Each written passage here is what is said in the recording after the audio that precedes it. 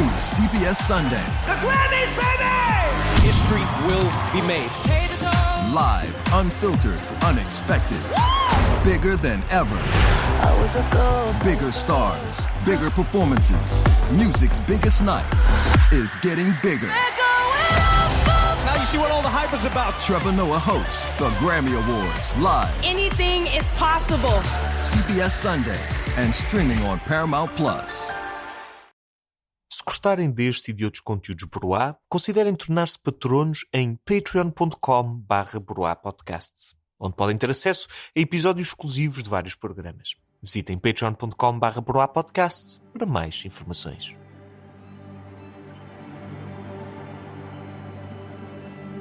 Viena, Áustria, 1930.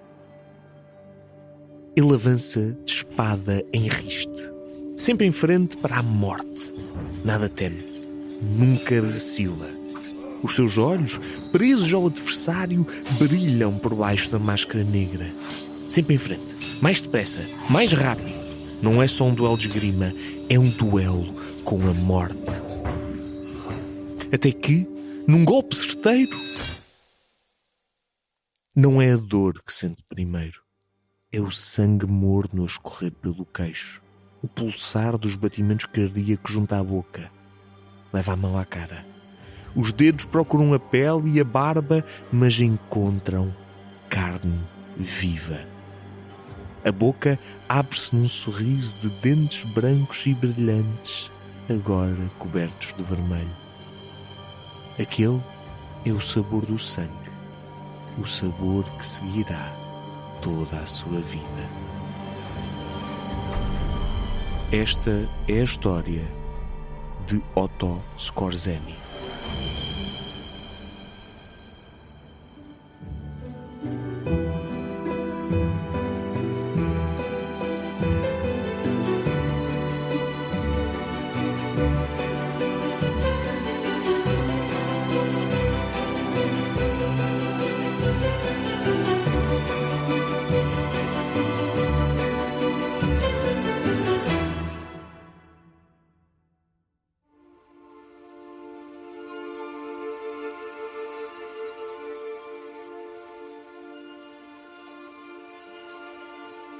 Olá a todos. Hoje visitamos um dos períodos mais negros da história moderna, a Segunda Guerra Mundial. Mas fazemos-lo, como sempre, de um ângulo diferente. Quando pensamos em Hitler e nos nazis, lembramos-nos de uma guerra que cobriu a Europa, o norte de África e espalhou-se pelo Médio Oriente, Japão e Pacífico. Lembramos-nos dos horrores dos campos de concentração, a minuciosa burocracia do genocídio, a propaganda na rádio e em cartazes coloridos, a ideologia que levou à morte de milhões de pessoas. Guerra mundial não é uma liberdade poética. O combate entre os aliados e os nazis parece ter engolido todo o mundo.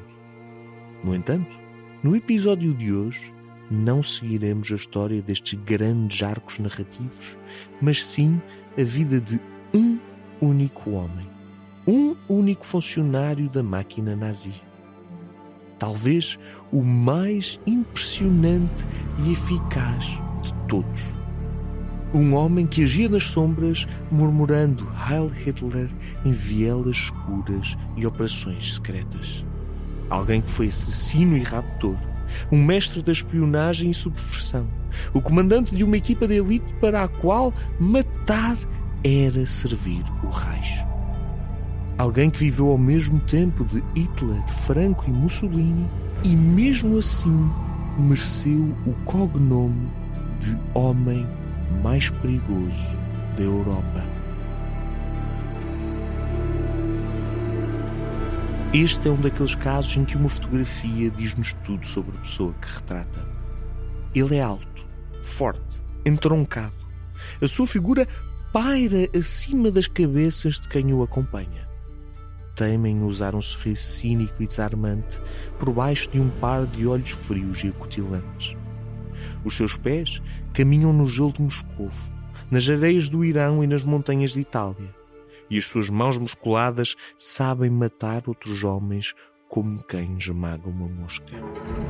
Percebemos logo que é um monstro charmoso, um monte de músculos geniais, uma raposa em corpo de leão. Mas o que mais nos chama a atenção é o lado esquerdo de sua face desfigurada, cortada a meio por uma profunda cicatriz que começa junto à orelha e desce até o canto da boca. O seu nome é Otto Skorzeny, membro das Waffen-SS.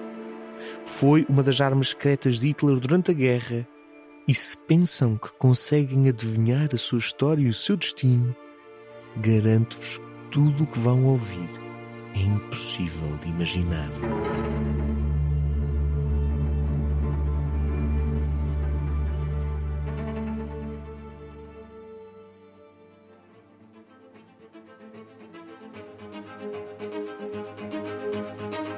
Se Hitler nunca tivesse subido ao poder, Otto Skorzeny teria sido um engenheiro de quem nunca ouviríamos falar. Era esse o seu plano quando entrou na Universidade Técnica de Viena para estudar engenharia. Austríaco de gema, tal como Hitler, Skorzeny cresceu numa família de militares e a sua infância foi marcada pela humilhação da derrota alemã na Primeira Guerra Mundial. Cedo mostrou talento para o combate. Na universidade, dedicava-se a duelos de esgrima, uma velha tradição aristocrática conhecida por mensur e que servia de rito de passagem aos jovens germânicos. Foi num desses duelos que conquistou uma Schmiss, as famosas cicatrizes faciais que muitos nazis ostentariam com orgulho. O mensur é uma daquelas práticas quase como nós temos nas nossas praxes hoje em dia. São tradições académicas, nomeadamente ligadas mais à aristocracia, mas que marcam imenso aquele imaginário que nós temos dos nazis e da República de Weimar, em que os alemães têm sempre aquelas cicatrizes horríveis no canto da cara. E vem daqui, disto o mensur. Mas a sua paixão pela violência não se escutou aqui. Primeiro, tentou entrar na Força Aérea Alemã, a Luftwaffe, mas os seus 1,90 m de altura foram critério de eliminação. Mais tarde, conquistado pela ideologia nazi, entrou nos camisas castanhas austríacos. Depois, na Waffen-SS, o ramo militar das SS. E passou os primeiros anos da Segunda Guerra Mundial a combater na Holanda, na Jugoslávia, na Grécia e, finalmente, nas planícies geladas da União Soviética durante a terrível Batalha de Moscovo. No entanto, a sua carreira militar foi interrompida por um acidente. Em 1942, foi atingido na cabeça por um estilhaço de artilharia. Dias depois, estava preso a uma cama de hospital em Berlim, furioso por não o deixarem regressar ao combate. Mas o que parecia uma maldição transformou-se numa oportunidade de uma vida. Skorzeny tinha um perfil único. Era alto, forte e fisicamente intimidante. Demonstrara grande coragem física e capacidade de liderança. Percebia de explosivos, mecânica, telecomunicações, engenharia. Sobrevivera nas condições mais adversas, muitas vezes em incursões no território inimigo. Falava alemão, francês e inglês. Mas, acima de tudo, era a rara mistura entre músculo e cérebro, força e estratégia, obediência cega e capacidade de improvisação. Por tudo isto, rapidamente chamou a atenção dos serviços de informação nazis. Skorzeny era o candidato perfeito para um novo projeto do Führer, o batalhão SS Jäger de 502, criado para planear e conduzir operações especiais. Nas suas mãos ficaria o trabalho mais sujo de todos os trabalhos sujos da Alemanha. Missões tão impossíveis, tão perigosas e tão suicidas que só um louco poderia aceitá-las. E Skorzeny disse logo que sim.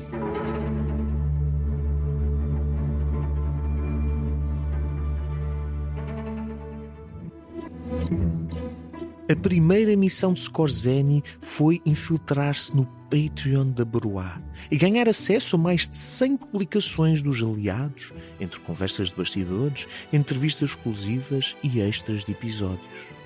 Para a tristeza de Skorzeny, não foi preciso rebentar com nada, nem disparar uma única bala.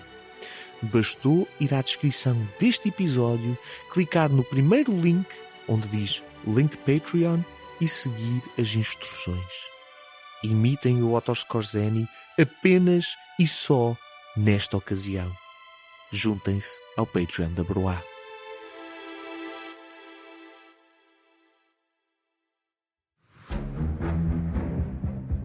No auge da Segunda Guerra Mundial, entre 1943 e 1944, o ex-soldado transformou-se no faz-tudo do regime de Hitler. As suas funções eram ambiciosas. Primeiro, recrutou mais de 200 soldados escolhidos a dedo nos vários ramos do exército nazi. A seguir, deu-lhes um treino de elite. Disparar artilharia, conduzir motas, tanques e barcos, manobrar explosivos, sabotar sistemas de comunicação e torturar prisioneiros. Finalmente, Skorzeny soltou o seu bando de operativos numa série de missões que garantiria a carreira de qualquer autor de thrillers históricos. Em apenas 2 anos, Skorzeny e os seus homens fizeram tudo, desde raptos, conspirações, atos de subversão, golpes de contra-espionagem e assassinatos a sangue frio. Bastava Hitler dar a ordem e lá ia ele, a caminho de algum canto da Europa, onde a sua violência era necessária. Skorzeny esmagou a resistência contra os nazis na Dinamarca, usando uma conjugação de atentados bombistas, ataques a grupos estudantis e até o assassinato de um padre. No Irão, tentou sabotar a entrada de mercadoria dos aliados na União Soviética, provocando uma sublevação das tribos Kashkai. Quando os alemães descobriram que Miklos Horthy, o regente da Hungria, estava a negociar secretamente com Stalin, Skorzeny invadiu a citadela de Budapeste com 700 comandos e conseguiu raptar o filho do regente. Escondeu-o num tapete enrolado, levou-o para um campo de concentração e no dia seguinte informou Miklos Horthy que ou respeitava os desejos do Führer ou seu filho seria fuzilado a sangue frio. Horthy capitulou. A propósito, este Horthy viria a acabar os seus dias exilado em Portugal, no Estoril, onde morreu em 1957. Já durante a Batalha de Ardenas, o derradeiro esforço alemão na frente ocidental, Skorzeny investiu centenas dos seus homens com uniformes americanos e britânicos e soltou-os em território inimigo, onde espalharam o caos. Destruíram pontes, inutilizaram veículos, trocaram sinais de trânsito, forçaram regimentos inteiros a perder-se a caminho da frente de batalha. A certa altura, Hitler meteu na cabeça que iria assassinar Stalin, Churchill e Roosevelt, os 3 ao mesmo tempo, durante a Conferência de Teherão em 1943. Era a primeira vez que os líderes aliados estariam juntos no mesmo sítio e Skorzeny queria literalmente rebentá-los do mapa. No entanto, a conspiração foi desmantelada pelos serviços de informação soviéticos. Este era o gênio de Skorzeny: substituir a grande batalha pela operação cirúrgica, escolher bem o alvo, apanhar o adversário de surpresa, virar as suas expectativas contra si mesmo, ser criativo sob pressão. Nenhuma fronteira o parava, nenhum inimigo podia assustá-lo. E, de facto, a operação que garantiria o seu lugar na história faria desistir qualquer operacional, faria tremer o mais corajoso soldado, derrotaria qualquer outro estratega. Era humanamente impossível a todos os níveis. A missão, atribuída pelo próprio Hitler numa reunião entre os 2 homens, resumia-se em 3 palavras: resgatar um ditador.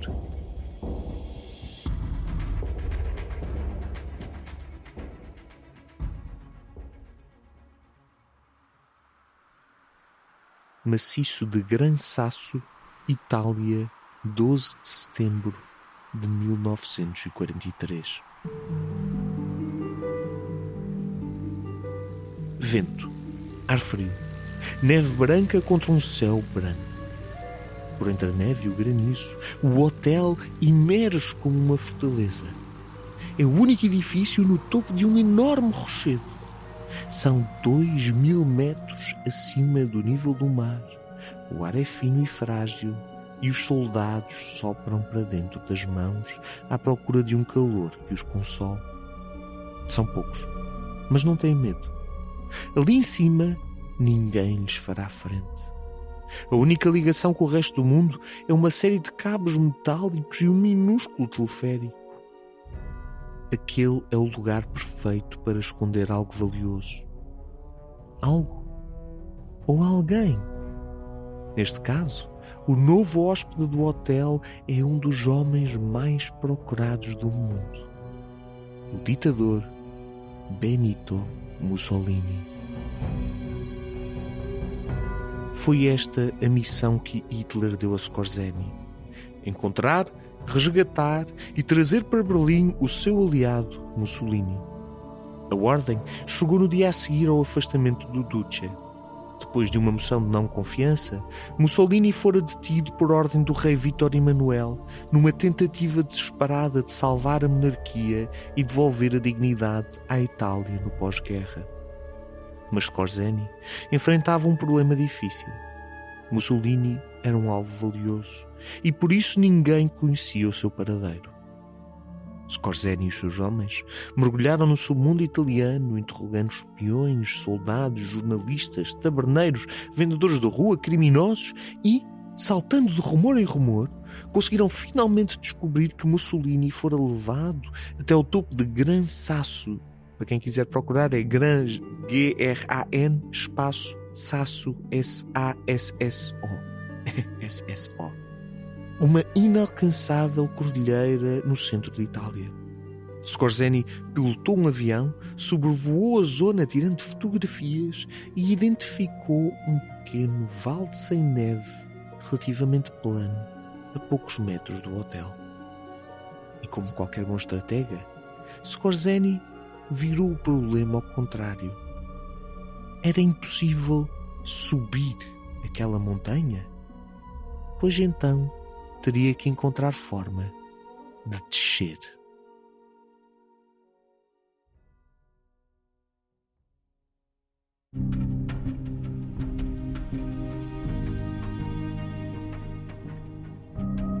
Chegou o dia da operação, 12 de setembro de 1943. 10 planadores DF-230, transportando 9 soldados cada, desceram silenciosamente até o topo do Gran Sasso. Mas, a meio da descida, houve um sério problema. O tal vale que Skorzeny identificara no seu voo de reconhecimento e que devia servir de pista de aterragem era, na verdade, uma encosta repleta de pedregulhos, íngreme e acidentada. Skorzeny deu ordem que aterrassem na mesma e os planadores quase que se despenharam contra a montanha. Um deles chegou mesmo a explodir, matando os homens que levava lá dentro. Mas Skorzeny nem pestanejou. Em vez disso, saltou do seu planador, correu ao hotel e, enquanto os seus homens apontavam as metralhadoras aos surpreendidos soldados italianos, subiu ao segundo andar, entrou pelo quarto do Duce e disse-lhe em voz solene: "Foi o Führer que me enviou." Em poucos minutos, Mussolini fora resgatado da sua prisão. Apesar de outros militares terem participado na operação, entre eles o general Kurt Student e o major Harold Morse, ambos da Luftwaffe, Skorzeny assumiu todo o protagonismo. A proeza valeu-lhe o cargo de major, uma condecoração dada pessoalmente por Hitler. E entre os aliados, a fama de homem mais perigoso da Europa. Não admira. Nem no topo de uma montanha gelada e isolada os seus inimigos podiam descansar. Nos seus piores pesadelos, Skorzeny aterrava sobre as suas cabeças, de metralhadora em punho, prontos a matá-los, quer na Dinamarca, no Irão, em Moscovo, na Hungria ou em Itália. O assalto ao Gran Sasso garantiu o reconhecimento internacional de Skorzeny, de tal forma que, quando a Segunda Guerra Mundial terminou, estava na lista dos nazis mais procurados. Mas se até aqui a vida do grande operativo é surpreendente, a queda do regime seria apenas o princípio. Afinal, um servo tão leal encontra sempre um novo mestre. Com a morte de Hitler e o fim da guerra, o grande operacional tornou-se no seu próprio patrão. E por mais estranho que pareça, alguns dos momentos mais incríveis da sua vida ainda estavam por chegar. Skorzeny começou a ser julgado por crimes de guerra, mas acabou por fugir da prisão com a ajuda de 3 ex-membros das SS mascarados de soldados americanos. Escondeu-se na Alemanha, depois Paris e finalmente na Espanha de Franco, onde Skorzeny e outros nazis foram recebidos de braços abertos e a partir da qual tentou formar uma organização de antigos SS para resistir ao comunismo. Para aqueles que são nossos ouvintes mais antigos, eu julgo que esta é a mesma organização que aparece no nosso episódio sobre a Aginterpress do programa Histórias da Revolução. Foi um programa em que cobrimos histórias do 25 de Abril.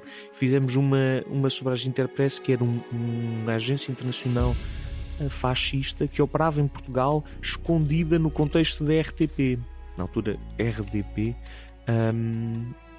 que albergava esta falsa agência noticiosa, que era a Aginterpress, que na verdade era uma frente de formação de guerrilheiros fascistas para combaterem na África do Sul. E convido-vos a ir ouvir esse episódio, porque eu julgo que eles depois, quando há um exílio para a Espanha, é que vêm ter com o Skorzeny.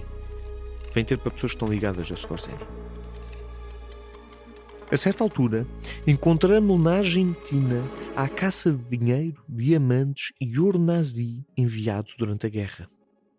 Foi bem recebido por Juan Perón, convidado a treinar a polícia militar argentina, e diz-se que teve um caso amoroso com Evita Perón.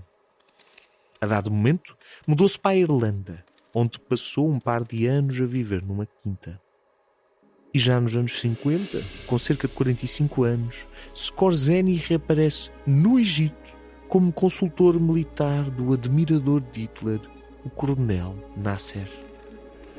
Há até uma história meio real, meio apócrifa, proposta por certos autores, mas envolta ainda em algum mistério, que não só demonstra a falta de escrúpulos de Skorzeny, como prova que o mundo é um lugar, no mínimo, complicado. Ao que parece, a certa altura, o grande comando de Hitler deu por si recrutado pela Mossad. Os serviços secretos israelitas estavam interessados em interromper a migração em massa de cientistas e técnicos alemães para o Egito, de onde vinha o rumor de um programa de armamento que seria usado contra Israel.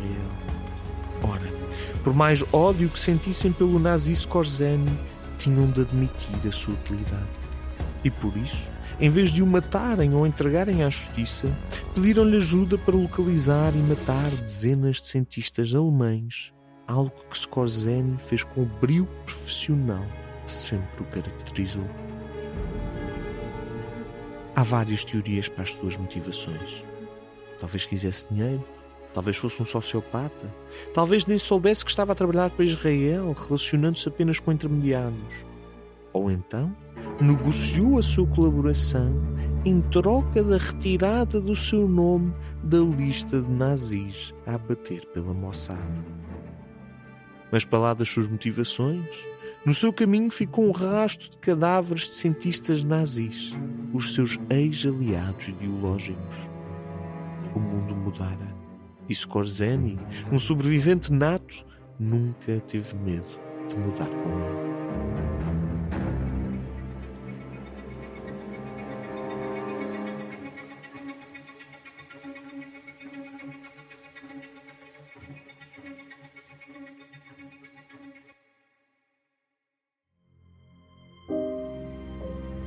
Chegamos, finalmente, a julho de 1975. O grande monstro está a morrer. O seu corpo enorme, agora pálido e emagrecido, contorce de dor sobre a cama. Skorzeny tosse sangue. Entra e sai de um torpor febril, sentindo no peito o peso do cancro que o matará em breve. Este é só mais um facto surpreendente na vida de Skorzeny. Ter sobrevivido até aos 67 anos, quase metade deles depois de servir Hitler e os nazis.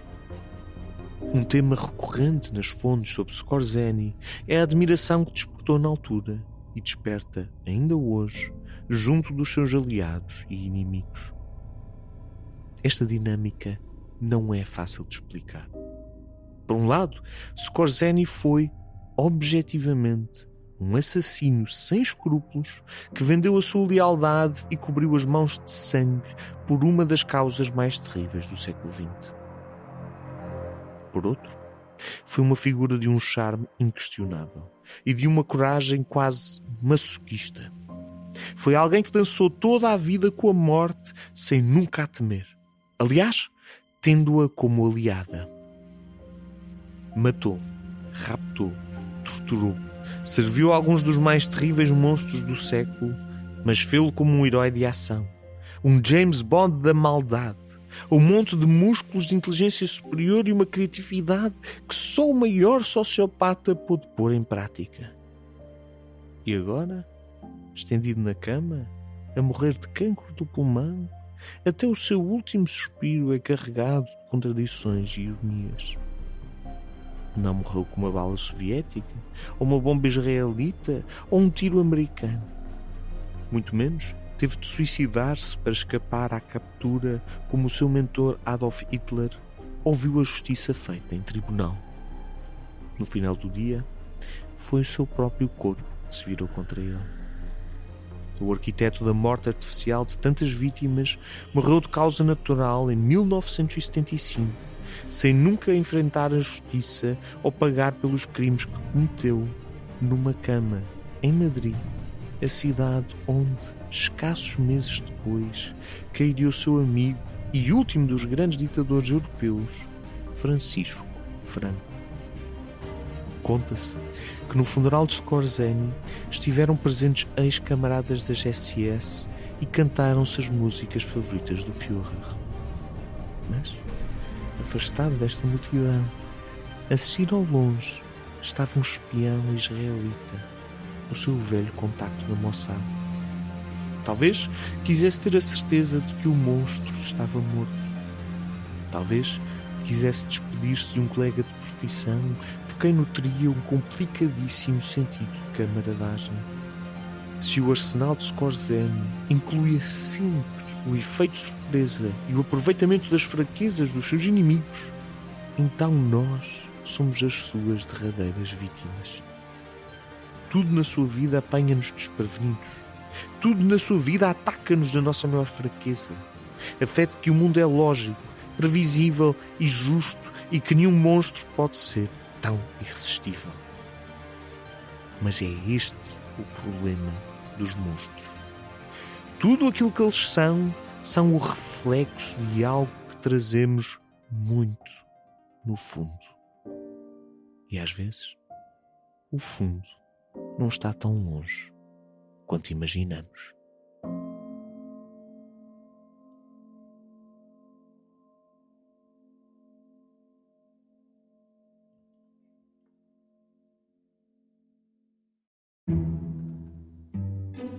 Obrigado a todos por terem ficado connosco mais um episódio.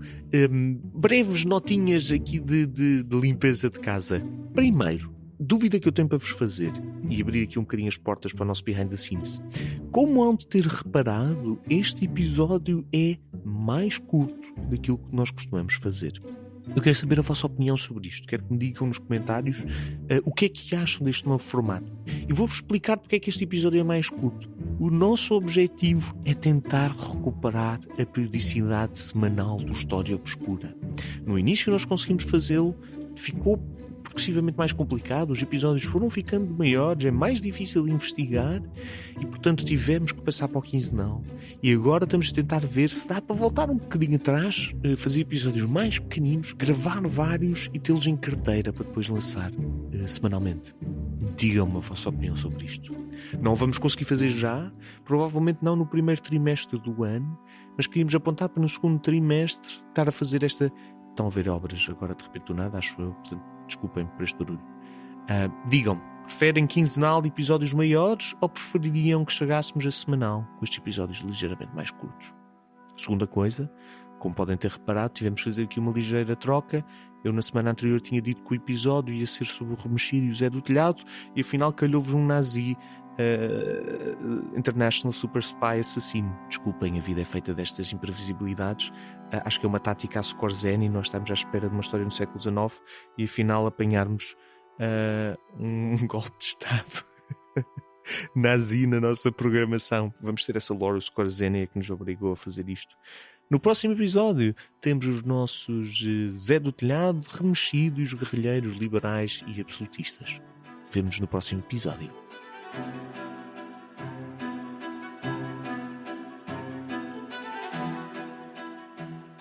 História Obscura é um podcast da série Sapiens, produzido pela Broá Podcasts, narrado por mim, Luís Francisco Sousa.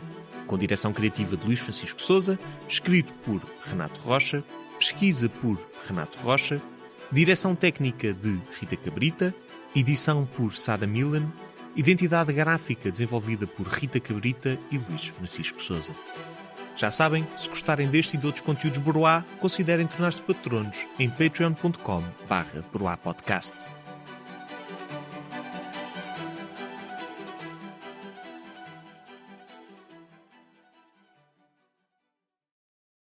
Well, the holidays have come and gone once again, but if you've forgotten to get that special someone in your life a gift, well, Mint Mobile is extending their holiday offer of half off unlimited wireless. So here's the idea. You get it now, you call it an early present for next year. What do you have to lose?